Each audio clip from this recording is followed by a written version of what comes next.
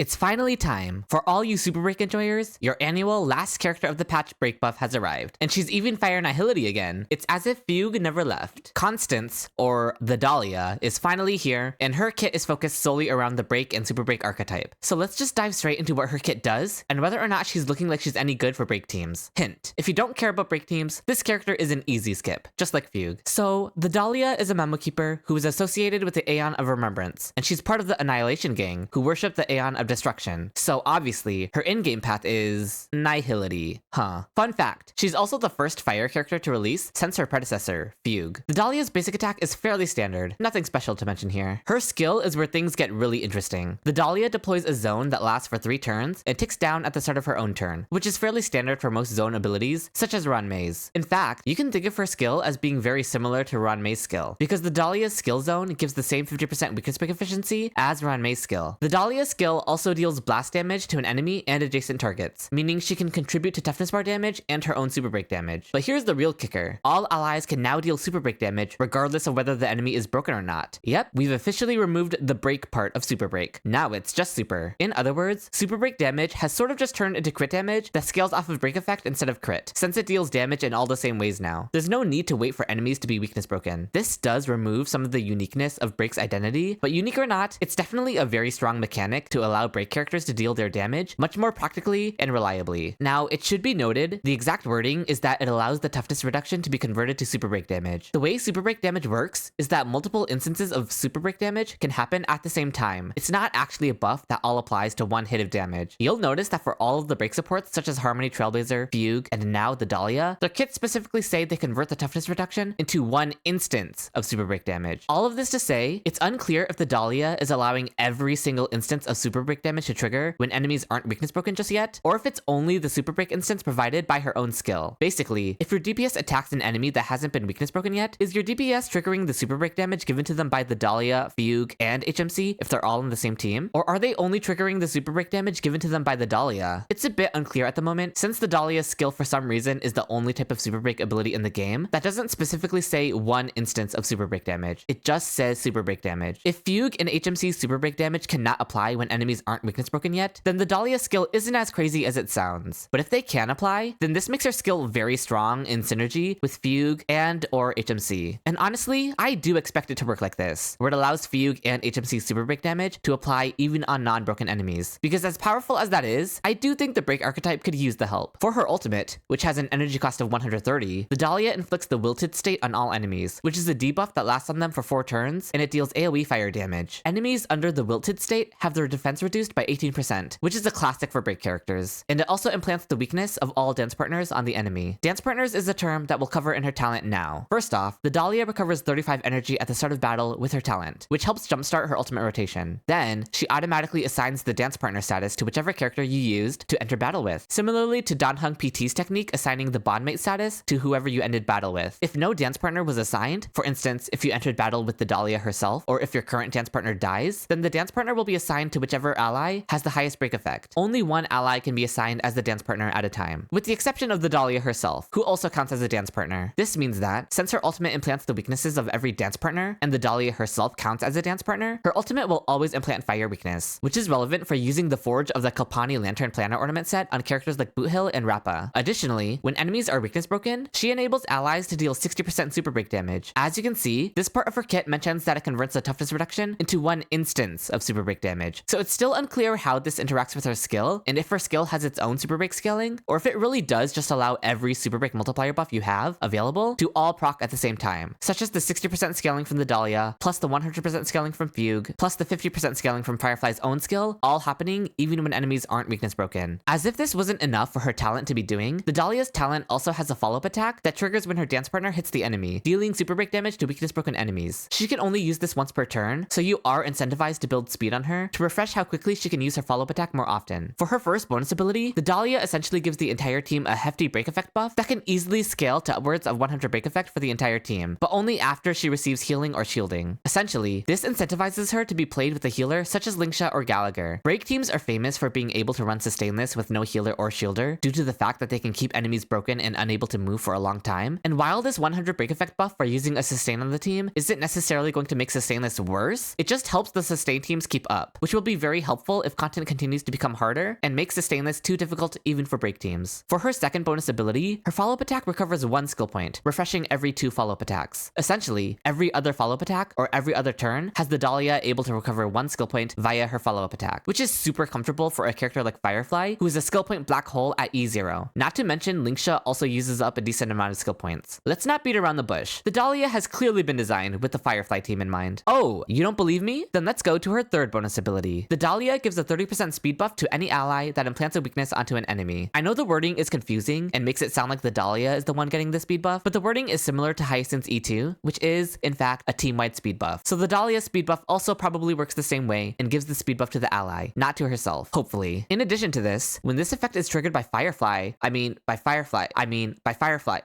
by an ally fire character, that character also regenerates 10% of their max energy, not going above 50% max energy. Wow, I wonder which ultimate reliant character has downtime without using quid pro quo and now no longer has to worry about it because the Dahlia essentially has the quid pro quo energy restoration built into her kit, but only for that character. I really can't imagine who this is here for. Anyway, here are her stat traces. Nothing too crazy. No speed here is unfortunate since she has a low base speed of 96, and again, she is incentivized to build fast speed to refresh the cooldown on her follow-up attack. To briefly go over her Eidolons, her E1 gives the 60% super break damage that she gives to the dance partner to the entire team now. It doesn't designate the entire team as her dance partners, mind you, which is an important distinction since she implants the weakness of only the dance partner on her ultimate, but it just gives all of her allies the same super break buff that she gives to her dance partner. She also gives her dance partner even more super break damage. In addition to all of this, her E1 actually deals a fixed amount of toughness bar damage to an enemy when her dance partner attacks. This is just straight up always 25% of the enemy's toughness bar. It caps out at 300 toughness damage, which basically means if an enemy has a toughness bar of over 1000, it does not matter. The Dahlia's E1 is still going to cut it down by 1/4 no matter what. She only does this once, and it only refreshes on the enemy after the enemy has received a killing blow. So in other words, after the enemy does a phase change if it's a boss enemy. Her E2 additionally makes the wilt status from her ultimate reduce the enemy's all-type res by 18%. So she's stealing Ruanmei's job, and enemies immediately get inflicted with the wilt status upon entering battle, which, if you don't remember, the wilt status reduces the enemy's defense and implants her dance partner's weakness onto them. The E3 and E5 are talent level increases as per usual. Her E4 makes her follow-up attack deal more instances of damage, which is nice for more toughness reduction, which translates to more super break damage for herself. And it applies a 12% vulnerability debuff to the enemy. I know it says it applies it on every hit, but that doesn't mean it stacks past 12%, otherwise that would be too nuts. Lastly, her E6 is just a big stat boost of break effect for herself, which still impacts her team since she does buff the team's break effect based on her own break effect. Then, every time she uses her follow-up attack, she advances the action of all dance partners, so herself and your main DPS usually, by 15%. Not quite a dance since it's not a team-wide action advance, but her follow-up attack is ideally going to be triggering more often than an ultimate, so it can translate to even more action advance for the Dahlia and your main DPS compared to a dance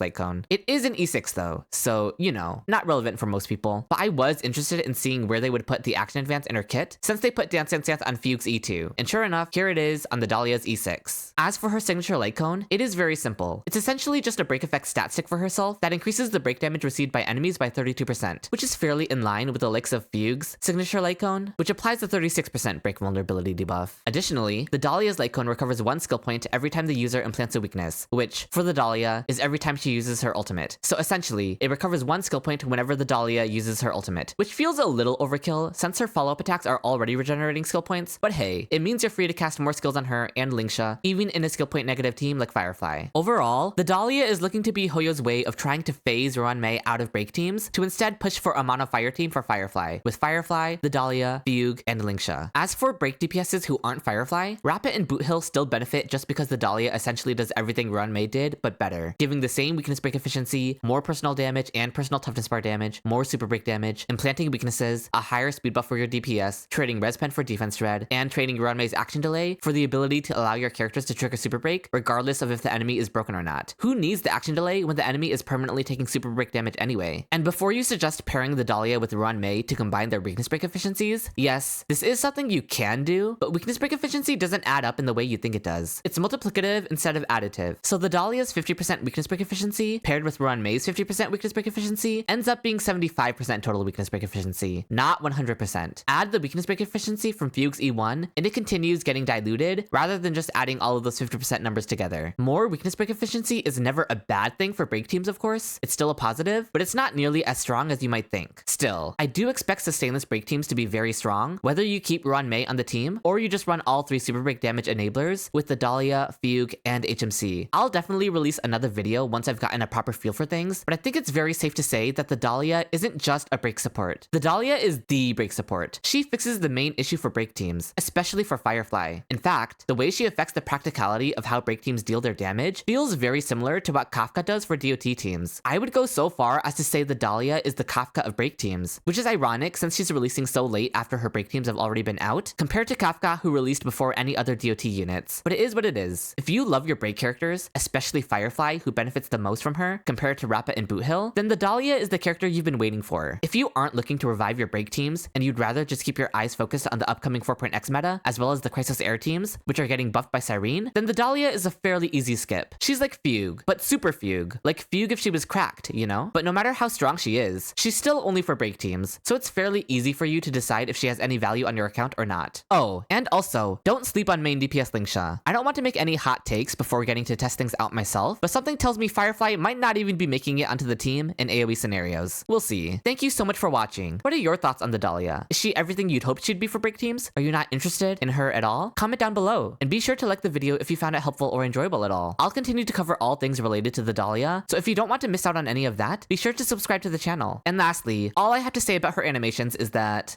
follow-up attack animation is the least subtle thing Hoyo has ever put in this game. Okay, until next time!